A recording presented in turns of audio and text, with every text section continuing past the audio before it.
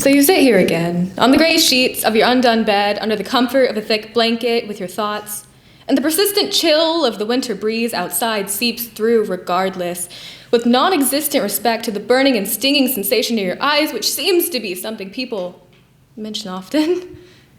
Icy blue, cold, empty, enticing?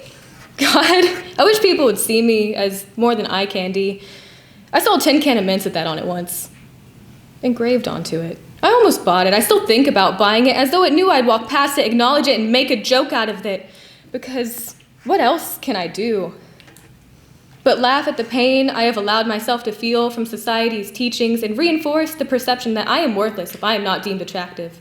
I know, and I hate that I know, how differently I am treated based on the effort I put into my appearance. Ironically, I'm a person who hates superficiality. People looking at you with their eyes as though you have nothing else to offer them, and every other accomplishment and characteristic dissipates the moment they see you gazing upon you, reducing you to that tin can of mints with a single purpose, providing momentary satisfaction as it dissolves. But here you are, it's 5 a.m., and you begrudgingly leave the comfort of an unmade bed, cold feet placed onto the even colder floor, tiptoeing down the hallway as to not disturb the house and the people within it.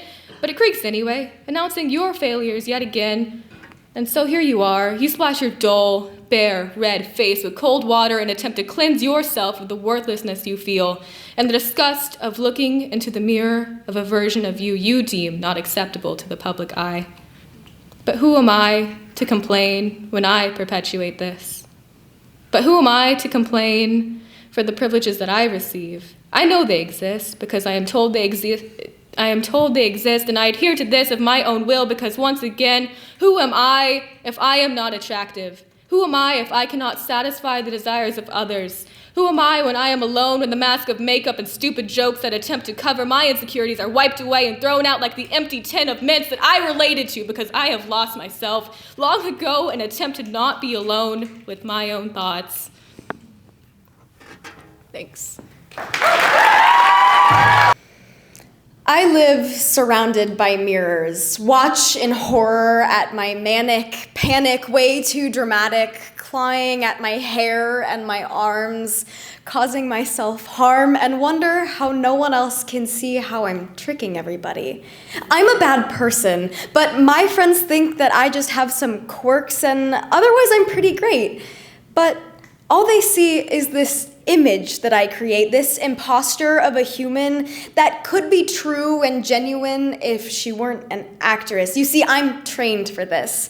This is method at its finest. My director would be so proud if she could see the lies I'm spewing now. All you know of me is the character that you see. There's no suspense of disbelief in this story because you don't see the stage or the scenery. You only see the front I'm presenting.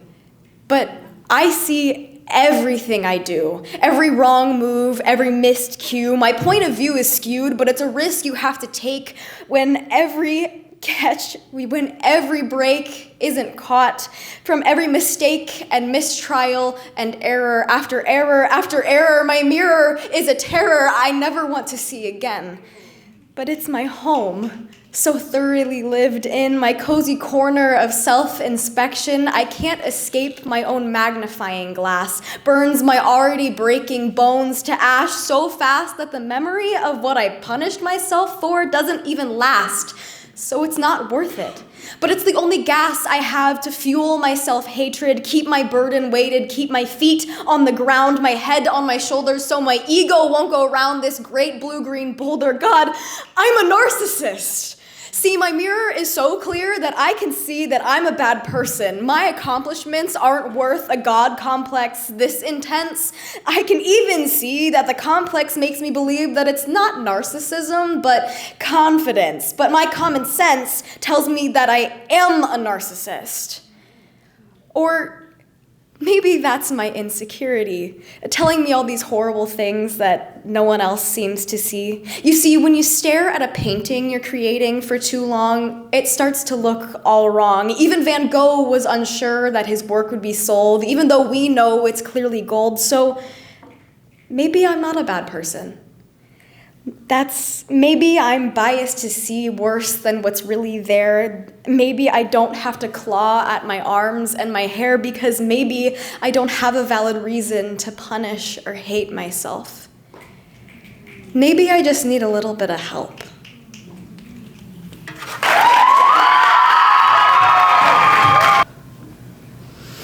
Now I lay me down to sleep. I pray the Lord my soul to keep. May Lord lift you of this suffering. I know your life is not worth savoring. Night monster will settle there and find herself a place of Rest.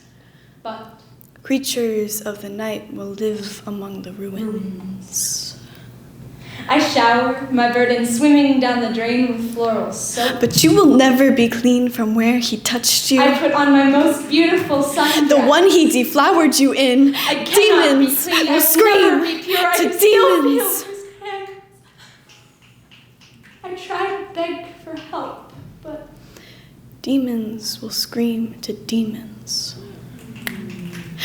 Creatures of the night will live among the ruins. I am the relic of his ruins. Because my body is a temple. But you are no god. Because my body is an endangered species. But you are not worth saving. Because I am Lilith. But you let Adam take you. Because I am lonely. So I will hold you on your worst nights, leave you hung over by morning. Burning like the sweet cider of Holy Communion. Creatures of the night will live among their ruins. Ruins. Ruins. Ruins. Ruins. Ruins. And the wild goat shall cry to his fellow. Ruins. This is all I will ever be. You cannot leave me. I do not matter to anyone. And I still love you.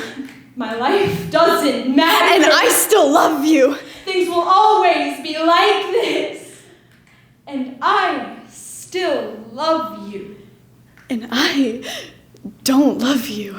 And I still love you. And I still don't love you. And I still trust So you. I will love you until my love becomes your only worth. I will leave you in ruins. Ruins. Ruins. Ruins. Dear Lord, Please forgive me.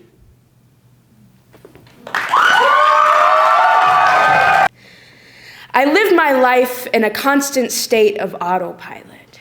I should be the one flying the plane, but the qualified version of me missed their gate, forcing me to take over with my degree that prepared me enough to land the job, but not the plane. I'm flying figure eights into the sky, barely knowing what I'm doing, so I choose not to think about it.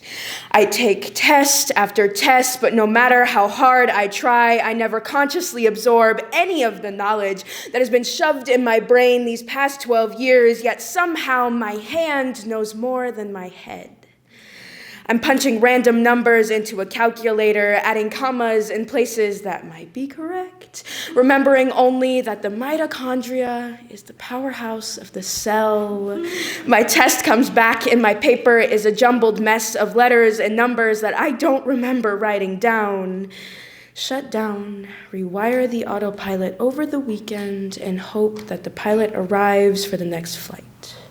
But of course, they never do. Soon enough, the autopilot is going to give out and we will all collectively crash into the ground. Instead of blaming me, Instead of blaming the people responsible, we blame me. Nothing more than an animal with a decently high IQ. I live in a state where remembering the days is now a task too difficult and writing notes is pointless because they're just scribbles on a piece of paper. My mind is struggling to catch up to the wheel my hands are steering. The way I'm holding my pencil isn't right, but the numbers it's writing down are. Words and knowledge are no longer a choice, but a force of habit. Y equals mx plus b. Your femur is the strongest bone in your body. In Shakespeare, I hate Shakespeare. I'm done. Sophomore year burnout carries to junior, carries to senior, carries through college, and eventually my future. I will never catch a break, but I'm only 16. I'm smart. But this autopilot is nosediving to the ground. My OCD medication was overcorrecting, and suddenly the autopilot failed. Now, nosediving is the least of our worries. I'm jumping out of the plane to skydive, caring only about my parachute working and nothing more.